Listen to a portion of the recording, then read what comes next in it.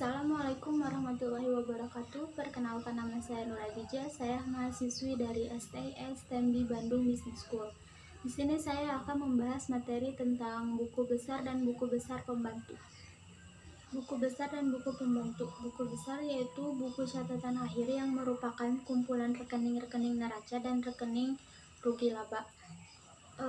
Menampung ringkasan data yang sudah diklarifikasikan yang berasal dari jurnal. Lalu sumber data untuk menyusun neraca, laporan rugi laba, dan laporan perubahan modal.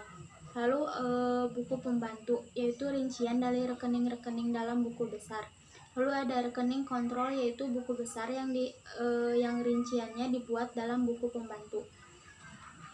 Buku pembantu dalam perusahaan manufaktur yaitu buku pembantu persediaan, buku pembantu piutang, buku pembantu utang, buku pembantu harga pokok produk, buku pembantu biaya, dan buku pembantu aktiva tetap. Lalu formulir rekening buku besar, yaitu rekening bentuk biasa, rekening saldo dengan satu kolom saldo. Lalu yang ketiga yaitu rekening saldo dengan 2 kolom saldo. Yang terakhir yaitu rekening dengan saldo lama dan saldo baru.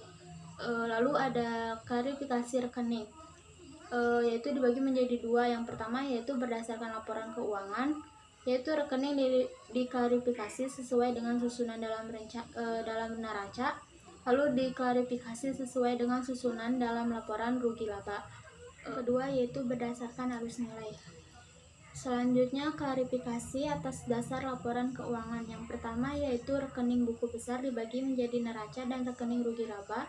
Yang kedua yaitu rekening neraca dibagi dalam kelompok aktiva, utang, dan modal. Yang ketiga, masing-masing kelompok dibagi dalam golongan aktiva. Yang pertama yaitu aktiva lancar, yang kedua investasi Japan, yang ketiga aktiva tetap berwujud, yang keempat aktiva tidak berwujud, lalu yang kelima yaitu aktiva lain-lain. Lalu yang keempat ada rekening rugi laba dibagi dalam kelompok. Yang pertama penjualan, HPP, dan biaya produksi, biaya penjualan, biaya administrasi, dan umum.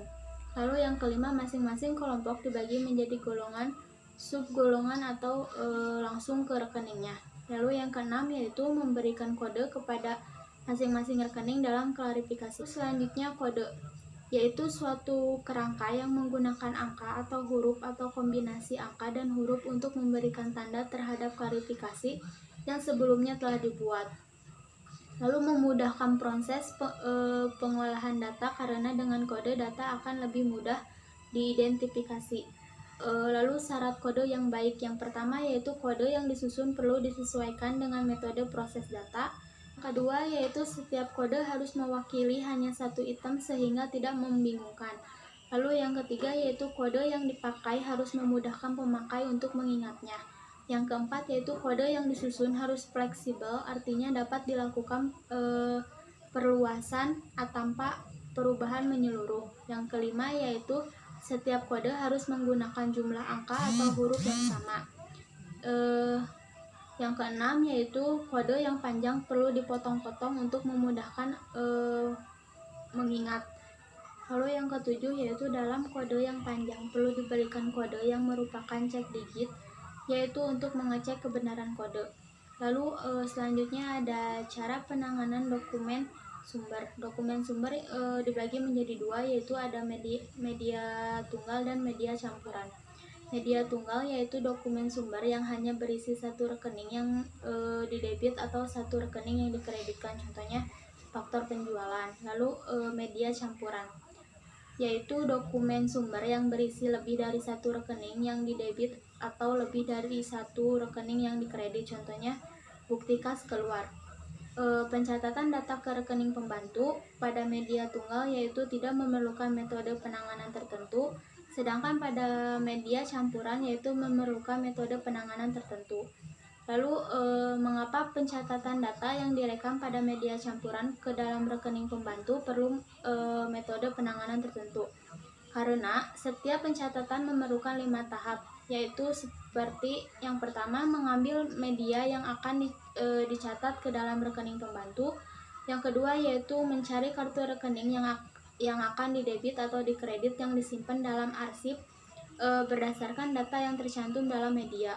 Lalu yang ketiga yaitu mengambil dari arsip kartu rekening yang dipilih dalam tahap kedua dan meletakkannya di atas meja. Atau jika posting ke dalam rekening dilakukan dengan mesin pembukuan, dipasang pada mesin tersebut. Yang keempat yaitu mencatat data yang tercantum dalam media ke dalam kartu rekening yang diambil dari arsip pada tahap ketiga. Lalu yang kelima yaitu mengembalikan kartu rekening ke tempatnya semula dalam arsip untuk memudahkan pencariannya kembali dalam posting berikutnya. Baik, sekian pembahasan materi dari saya. Mohon maaf apabila ada kesalahan. Wassalamualaikum warahmatullahi wabarakatuh.